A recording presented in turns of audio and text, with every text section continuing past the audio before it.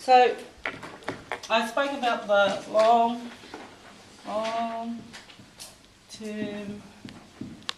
council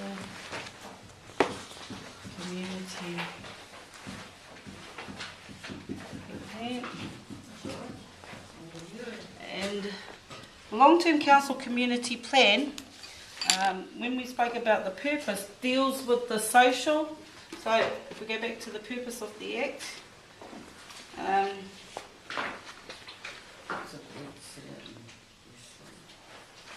so it means that council have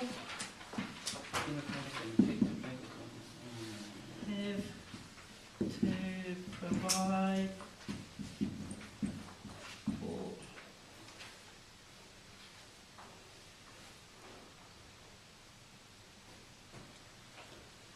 provide an board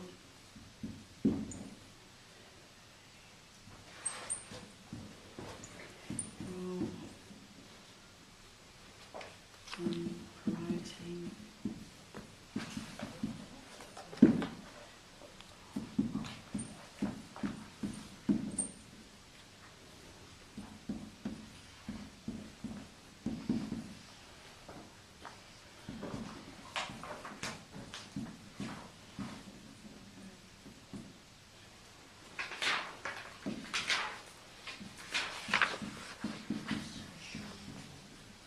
cultural well-being.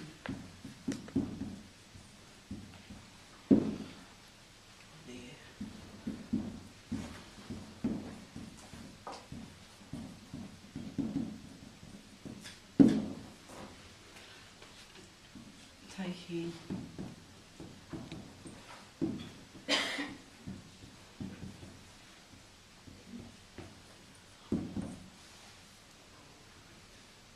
development approach.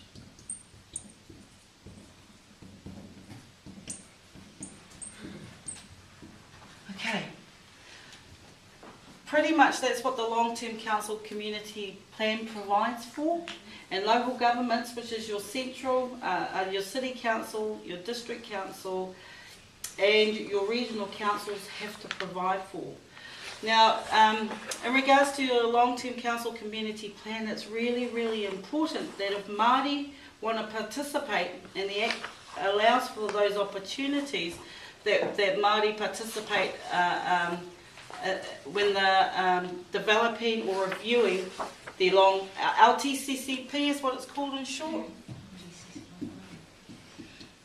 And in a nutshell, if we look at a pie, and you look at the budget, so that's the budget for council, they divide up that pie, okay? And that's your LTCCP, and if they're, in other words, if Māori haven't participated in that process, and over, because it's a 10-year, long-term council community plan is a 10-year plan, and it's not recorded in the LTCCP, it ain't going to happen. It ain't going to happen. So it's really important that we attend all these meetings, whānau. You know, you get your marae, you get your hapu, even your iwi to attend these meetings when they are available.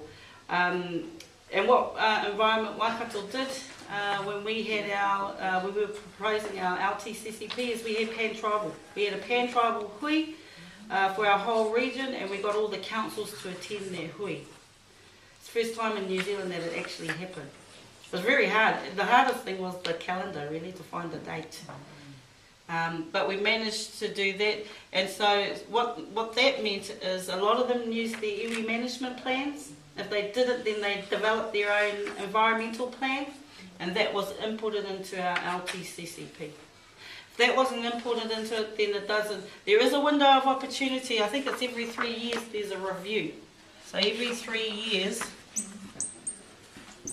there's a review, and really that review sort of allows the council to take a gauge. You know, if they don't think that they're going to achieve that budget as well, you know, or they're not going to achieve what they set out to achieve, well, that review period allows them to review their plan. But it is also a window of opportunity for Māori to re-engage and especially if they missed out in the actual planning process itself. That 3-year review is a window of opportunity. Okay, so And when do we find out about those? they're advertised. They're advertised, and councils usually have a contact list. And ring them up and say, you know, when you have your next rounds, please can you, you know, we've got a, I don't know, not all councils have iwi liaison officers. Really good to make sure that they're, you know, they, again, there could be issues of mandate. Because you know, you could have two groups from the same area saying, don't listen to those guys, listen to us. So council can actually be put on the spot at times. You do not want council to choose who has mandates. Better off that whānau sort that out before they even go to council, eh?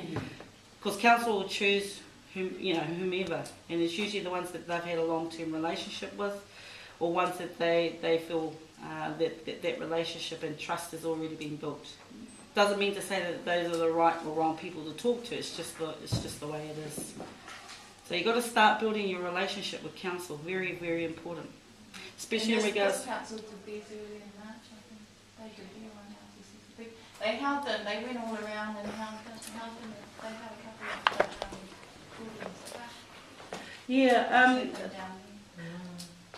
The reason why we held a Pan Tribal hui is because Māori said that they didn't want to be just part of the public. That you want to talk to us, you set up a separate process because we are more than just the public. Eh? So again, it's about building those relationships with council. And you know, once you have this area environmental degree, put your name forward to go and work for council. And whatever, you know, whatever.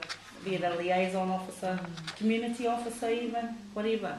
Put your name forward because you can, you know, help to build those bridges and help to build those relationships. Really key for Māori. Because at the end of the day, these are the guys that make decisions on what happens on your whenua. Eh? Just an insight, how do you rate Port of Southgate? Oh, that's a bit of a personal question. Actually, to be honest, to be honest, I actually rate it quite high. Yeah, to be honest, but yeah, that was I actually had a really good relationship with all the councillors, even the staunch farmies. At the end of the day, it is about relationship. You know, they have a different perspective. You know, I have a different perspective. But if you don't have a relationship, who's going to know what? Eh? And how do you educate each other? And did you go on all those luxurious weekends? Oh, no. I don't think I was high enough up the pecking order. No, I did go away to a few conferences though.